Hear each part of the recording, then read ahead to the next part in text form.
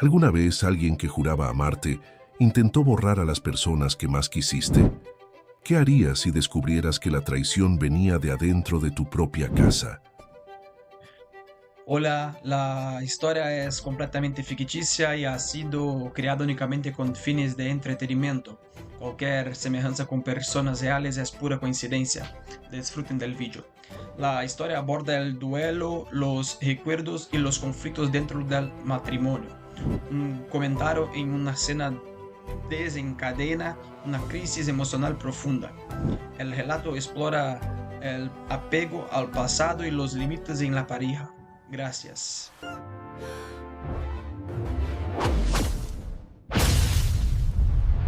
Obligué a mi esposa a dormir en el garaje durante una semana. Mi esposa y su mamá llevaban años intentando tirar las cosas de mi padre fallecido.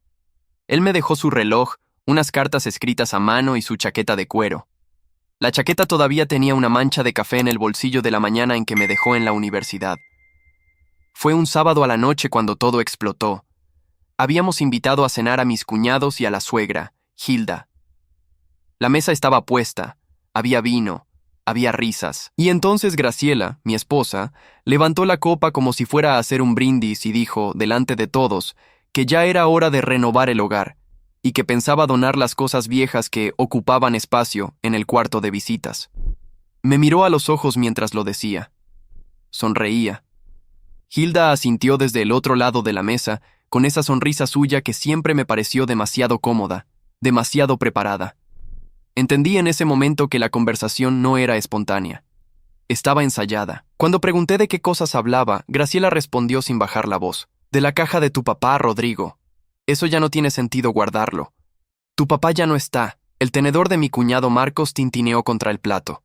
Nadie dijo nada. El silencio fue tan pesado que podía sentirlo en el pecho. Me levanté de la mesa sin gritar. Fui directo al cuarto de visitas. Abrí el placard. La caja estaba ahí, pero la chaqueta de cuero de mi padre no colgaba donde siempre la había dejado. El gancho estaba vacío. Volví a la sala con la caja en las manos y pregunté dónde estaba la chaqueta. Graciela cruzó los brazos. La mandé a donar esta tarde. Rodrigo, era una chaqueta vieja con una mancha. No tiene sentido, no la dejé terminar. Le dije que se fuera a dormir al garaje esa noche. Hilda se puso de pie. Marcos carraspeó. Nadie esperaba eso. Yo tampoco sabía que lo iba a decir, pero lo dije y no lo retiré. Lo que no sabían ninguno de los que estaban sentados en esa mesa era que esa mancha de café en el bolsillo era lo último que me quedaba de la última mañana que vi a mi padre con vida. Y que yo había guardado algo dentro de esa chaqueta que ninguno de ellos conocía. Esa noche, después de que Hilda y los cuñados se fueron, la casa quedó en un silencio que pesaba. Graciela durmió en el garaje, en un colchón de camping que ella misma buscó sin decir nada. Yo me quedé en la cama sin poder dormir, con la caja de mi padre sobre la mesita de noche. Adentro estaban el reloj de bolsillo con el cristal rayado, las 5 cartas escritas a mano y el lugar vacío donde siempre había estado la chaqueta. Solo ese espacio vacío. Así pasé la primera noche. Al día siguiente, Graciela golpeó la puerta del dormitorio temprano. Yo ya estaba despierto. Me dijo que todo lo que había hecho era un exceso, que la chaqueta era una prenda vieja y que yo la estaba convirtiendo en algo que no era. No grite. Le dije que el problema no era la chaqueta solamente. El problema era que ella y su madre llevaban 3 años tomando decisiones sobre mis cosas sin preguntarme. La chaqueta era la última, no la primera. Lo que Graciela no sabía, lo que nunca le había contado, era lo que había guardado en el bolsillo interior de esa chaqueta 3 años antes, el día que mi padre murió. Era una foto pequeña, de las que se sacan en esos locales de fotografía rápida, donde él y yo estábamos sentados juntos en la plaza de mi pueblo. Tenía 12 años en esa foto. Él tenía el brazo sobre mis hombros y los dos mirábamos a la cámara. Era la única foto que teníamos juntos solos, sin más familia. La había guardado ahí porque ese bolsillo con la mancha de café era el lugar del mundo que más le pertenecía a él. Y ahora esa foto estaba en alguna bolsa de donación en un depósito de ropa usada. Graciela me escuchó. No dijo nada por un momento. Luego dijo que no sabía lo de la foto. Le dije que tampoco había preguntado, que nunca preguntaba, que su madre tampoco preguntaba. que simplemente decidían y ejecutaban y esperaban que yo aceptara todo, porque así funcionaba esta familia desde que nos casamos. Hilda llamó esa tarde. No a mí, a Graciela. Y yo escuché desde la cocina, sin querer espiar, pero escuché. Hilda le decía que tenía que plantarme, que yo era un hombre manipulador y que usar las cosas del padre muerto para controlar a la esposa era una táctica. Eso escuché, táctica. Como si el dolor que yo sentía fuera una estrategia de control matrimonial. Cerré los ojos y conté hasta 10. Graciela volvió al dormitorio. Me dijo que su mamá estaba preocupada. Le pregunté si ella también creía que yo era manipulador. No respondió de inmediato. Ese silencio me dijo más que cualquier palabra. Le pedí que pensara bien lo que iba a decir antes de decirlo. Ella dijo que no sabía qué creer, que a veces yo era muy frío con su familia y que eso hacía que Hilda sintiera que yo la rechazaba. Le dije que rechazar a alguien que te vacía los cajones sin permiso no era frialdad. Era un límite básico. Los días siguientes fueron raros. Graciela dormía en el garaje, que en realidad no era tan incómodo porque teníamos un sofá-cama allá que usábamos cuando venían visitas. Comíamos juntos, pero hablábamos poco. Ella seguía yendo a trabajar, yo también. Cada uno con su rutina. Mi hermano Gastón me llamó el miércoles. Alguien le había contado, probablemente mi cuñado Marcos, que yo había mandado a Graciela al garaje. Gastón no era de los que juzgaba fácil, pero me preguntó qué había pasado. Le expliqué todo desde el principio. Los 3 años de comentarios de Hilda sobre las cajas de papá, los objetos que ya habían desaparecido antes, la vez que encontré las cartas de mi padre acomodadas en una bolsa transparente, lista para donar, y las recuperé apenas a tiempo. Y ahora la chaqueta. Gastón estuvo en silencio un momento. Luego me dijo, «Rodri, ¿vos le contaste todo esto a Graciela? ¿O lo guardaste solo?» Me quedé callado, porque si no se lo contaste, ella no sabe que esto viene de antes. Eso me hizo pensar. Era verdad que yo había guardado muchas cosas. No porque no quisiera hablar, sino porque cada vez que intentaba poner un límite con Hilda, Graciela lo tomaba como un ataque a su familia. Era más fácil callar que pelear. Pero callar había creado esta situación donde yo explotaba por una chaqueta, y ella no entendía por qué era tan grave. El jueves a la noche Graciela tocó la puerta del dormitorio. Le dije que entrara. Se sentó en el borde de la cama. Me preguntó si podíamos hablar de verdad, no peleando. Le dije que sí. Empecé desde el principio. Le conté de las cartas que casi se pierden. Le conté de los comentarios de Hilda sobre ese cuarto lleno de cosas de un muerto. Le conté de la sensación que tenía de que en mi propia casa había una parte de mí que no era bienvenida. Le conté de la foto. Graciela lloró. No inmediatamente, sino cuando terminé de hablar sobre la foto. Me dijo que no sabía nada de eso. Le creí. Eso era lo extraño de todo. No era maldad de su parte. Era indiferencia combinada con la influencia de Hilda, que sí tenía algo más calculado en su actitud. Hilda nunca había querido a los objetos de mi padre en esa casa. Desde el primer año de casados, había hecho comentarios sobre el espacio, sobre lo anticuado que se veía todo, sobre que una pareja joven necesitaba un hogar moderno. Y Graciela, que era una mujer que quería quedar bien con todos, terminaba cediendo a esa presión sin darse cuenta del daño que hacía. El viernes por la mañana, Graciela volvió al dormitorio. No dije que había terminado el castigo ni ella preguntó. Simplemente volvió. Pero algo había cambiado, y los dos lo sabíamos. La semana en el garaje había sido el síntoma. La causa era más larga, más profunda, y ahora estaba sobre la mesa. Ese mismo día, sin avisarme, Hilda se apareció en casa. Llegó pasado el mediodía, cuando yo acababa de volver del trabajo. Graciela todavía no había llegado. Hilda tocó el timbre con esa familiaridad que siempre me había molestado, como quien toca en su propia casa. Le abrí. Entró al living sin esperar invitación. Se sentó en el sillón y cruzó los brazos. Me dijo que tenía que hablar conmigo de hombre a madre. Así dijo, de hombre a madre, como si yo fuera el que tenía que rendir cuentas. Le dije que escuchaba. Hilda me dijo que lo que yo había hecho, mandar a su hija a dormir al garaje, era una humillación inaceptable. Que si Graciela no lo había denunciado, era porque era demasiado buena persona. Que ella, como madre, no podía quedarse callada. Me habló durante varios minutos sin pausa. Usó palabras como maltrato, control y castigo. No levanté la voz. Esperé a que terminara. Cuando terminó, le dije una sola cosa, que la chaqueta que ella y Graciela habían donado sin preguntarme tenía adentro la única foto que yo tenía con mi padre, y que esa foto ya no la podía recuperar. Hilda abrió la boca. La cerró. La abrió de nuevo. Me dijo que ella no sabía nada de ninguna foto. Le dije que eso era exactamente el problema, que tomaban decisiones sobre mis cosas sin preguntar, y que no saber era consecuencia de no preguntar. Hubo un silencio largo. Hilda miró hacia la ventana.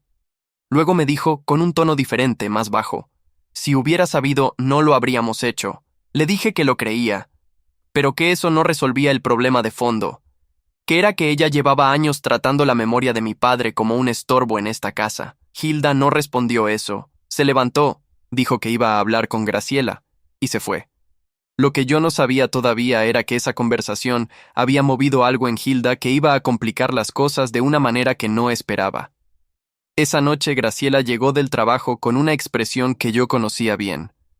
Era la cara que ponía cuando había hablado con su madre y estaba procesando algo difícil. Se sentó a la mesa de la cocina y me dijo que Hilda le había contado lo de la foto. Le pregunté qué le había dicho. Me dijo que su madre había llamado a varios negocios de ropa de segunda mano de la zona para preguntar si alguien había entregado ropa en los últimos días y si todavía la tenían sin clasificar. No supe qué decir. No esperaba eso de Hilda. Al día siguiente, sábado, Hilda llamó a Graciela. La chaqueta estaba en un depósito de donaciones de una parroquia a 20 minutos de casa. Todavía no había sido distribuida. Hilda había ido personalmente. Había explicado la situación y le habían permitido revisarla. La foto seguía en el bolsillo interior. Graciela me llamó al trabajo para contarme. Me quedé parado en el pasillo sin hablar por unos segundos. Le dije que iba a buscarla yo mismo. Ella me dijo que Hilda quería traerla. Le dije que no, que iba yo. Fui hasta esa parroquia en el horario del mediodía. Una señora mayor me recibió. Me entregó la chaqueta doblada en una bolsa. La abrí ahí mismo, en el estacionamiento. Saqué la foto del bolsillo interior. La mancha de café en el bolsillo exterior seguía ahí. Doblé la chaqueta con cuidado y la puse en el asiento trasero del auto. Me senté en el asiento del conductor y no arranqué por un momento. Solo me quedé ahí, con la foto en la mano, mirando la cara de mi padre en esa imagen pequeña y borrosa. Tenía tantas cosas que decirle que no sabía por cuál empezar. Cuando llegué a casa, Graciela estaba esperando en el living. Vio la bolsa. Me miró. No dijo nada. Yo tampoco. Colgué la chaqueta en el gancho del cuarto de visitas, en el mismo lugar donde había estado siempre. Volví a la sala. Graciela estaba llorando en silencio. Me dijo que lo lamentaba. No la versión rápida que uno dice cuando quiere cerrar una discusión. Lo dijo mirándome, con el peso real de lo que había pasado en su cara.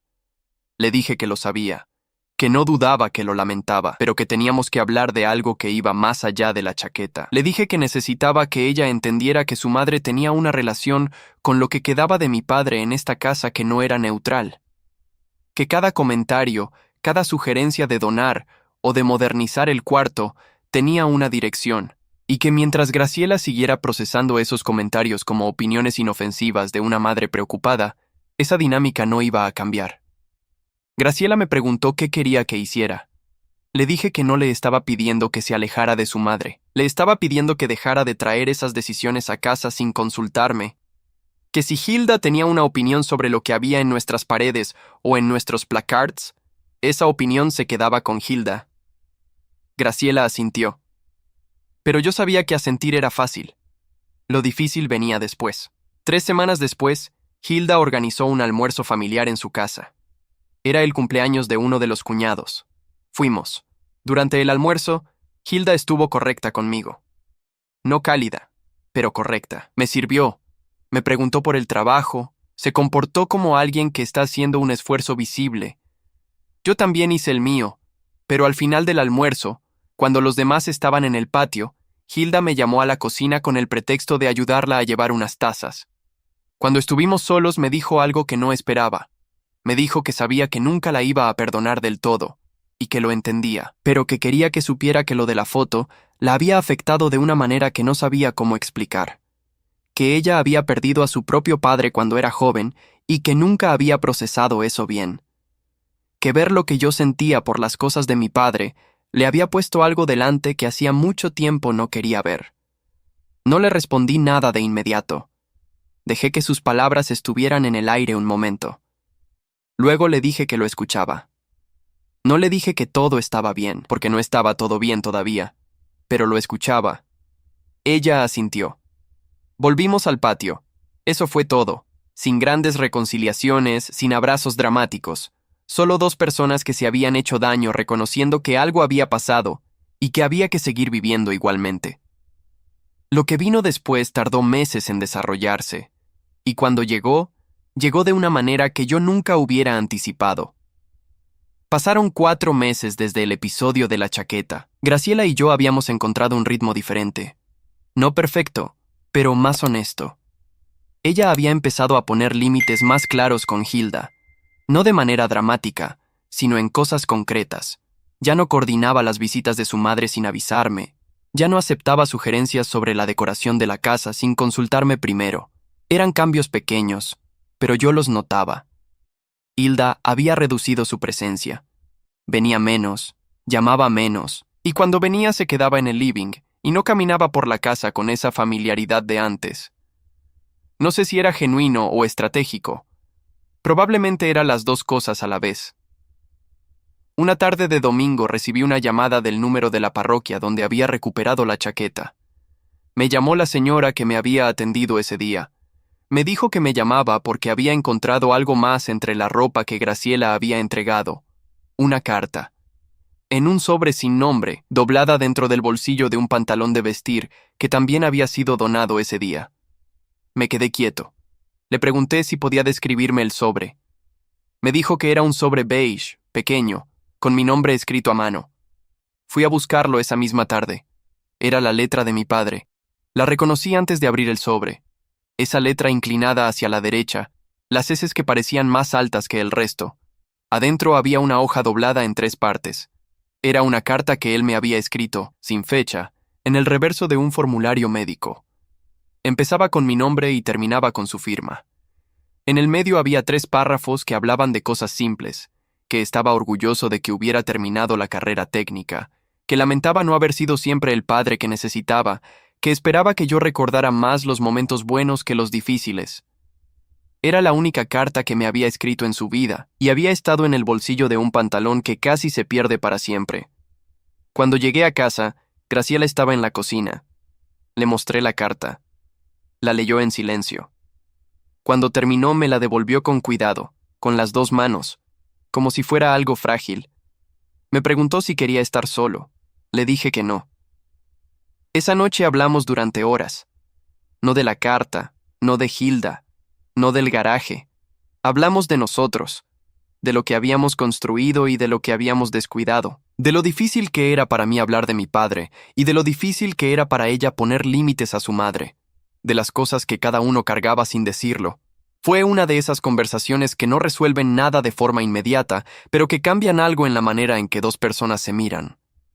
Lo que yo no sabía era que Hilda, al enterarse de la carta, iba a tomar una decisión que pondría todo lo que habíamos construido en los últimos meses a prueba de una manera definitiva. 2 semanas después del hallazgo de la carta, Hilda llamó a Graciela con una propuesta que le pareció, según me contó Graciela esa noche, completamente razonable. Hilda quería organizar una reunión familiar para limpiar el aire.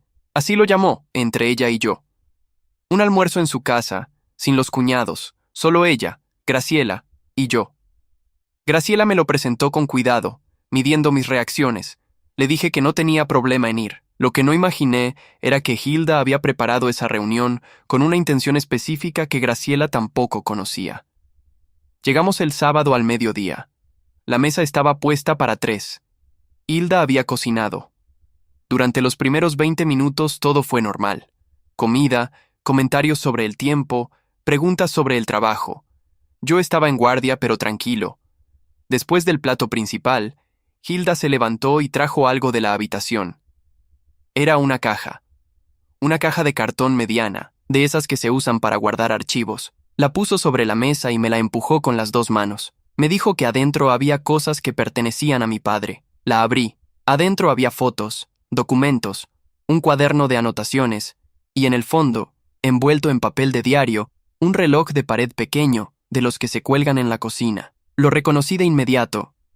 Era el reloj que había estado en la cocina de mi padre durante toda mi infancia. Yo había creído que se había perdido cuando vaciaron la casa después de su muerte. Hilda me dijo que cuando Graciela y ella habían vaciado el departamento de mi padre, meses después de su muerte, habían guardado algunas cosas. Al principio habían pensado dármelas, pero el momento nunca había llegado y las cosas habían quedado en una caja en el fondo de su placard. Lo dijo sin dramatismo, sin pedir perdón explícitamente. Solo lo explicó. Miré a Graciela. Ella estaba tan sorprendida como yo. No lo sabía. Le pregunté a Hilda por qué me lo daba ahora. Me dijo que la historia de la foto la había hecho revisar muchas cosas, que había abierto el placard, encontrado la caja y entendido que no tenía ningún derecho a seguir guardándola. Hubo un silencio en la mesa que no era incómodo. Era de esos silencios que ocupan el espacio que las palabras no alcanzan. Le dije que lo agradecía. No le dije que la perdonaba, porque no era tan simple, pero le dije que lo agradecía, y lo decía en serio. Graciela no dijo nada, pero me puso la mano encima de la mía sobre la mesa, y eso fue suficiente. De vuelta en casa, abrí la caja con calma en el comedor. Fui sacando cada cosa. Las fotos, el cuaderno donde mi padre anotaba las deudas del almacén que había tenido en los 90, una billetera vieja de cuero marrón que reconocí porque la usó durante años, y el reloj. Lo colgué esa misma tarde en la cocina, en la pared donde siempre había habido un espacio vacío que nunca había sabido cómo llenar. Graciela me vio colgarlo. No dijo nada. Se quedó parada en el umbral de la cocina mirándolo un momento. Luego fue a buscar el martillo para asegurar mejor el clavo. Eso fue todo, sin grandes ceremonias. En los meses que siguieron la dinámica con Hilda, cambió de manera permanente. No se convirtió en la suegra ideal, ni yo en el yerno perfecto. Eso nunca iba a pasar, y ninguno de los dos lo pretendía. Pero el territorio quedó definido de una manera que antes no lo estaba. Hilda dejó de hacer comentarios sobre la decoración de la casa. Dejó de sugerir donaciones. Cuando visitaba, lo hacía con una actitud diferente, más de invitada que de administradora. No sé si eso lo había decidido conscientemente o si era el resultado natural de todo lo que había pasado. Probablemente las dos cosas. La caja de mi padre quedó en el cuarto de visitas, pero ya no era una presencia incómoda en la casa. Era simplemente lo que era. Un conjunto de objetos que habían pertenecido a alguien importante y que merecían estar ahí. La chaqueta siguió colgada en su gancho. La mancha de café en el bolsillo siguió siendo exactamente lo que siempre fue. La última mañana de un hombre que me llevó a la universidad y no supo bien cómo decirme que estaba orgulloso. Graciela y yo nunca volvimos a pelear por algo relacionado con eso. No porque el tema se hubiera resuelto de manera perfecta, sino porque por primera vez los dos habíamos entendido qué era lo que estaba en juego. Y eso cambiaba todo lo demás. El reloj de cocina de mi padre todavía cuelga en la misma pared donde lo puse ese sábado. Marca la hora igual que cualquier otro reloj, pero cada vez que lo miro de pasada mientras preparo el café de la mañana, sé que está en el lugar correcto. Y eso, después de todo lo que pasó, es suficiente. Si alguna vez sentiste que guardaban algo tuyo sin preguntarte, que alguien tomó una decisión sobre lo que merecía quedarse o irse de tu vida, contalo en los comentarios. Y si este relato te llegó, deja tu like y suscríbete al canal. Gracias por acompañarnos hasta acá.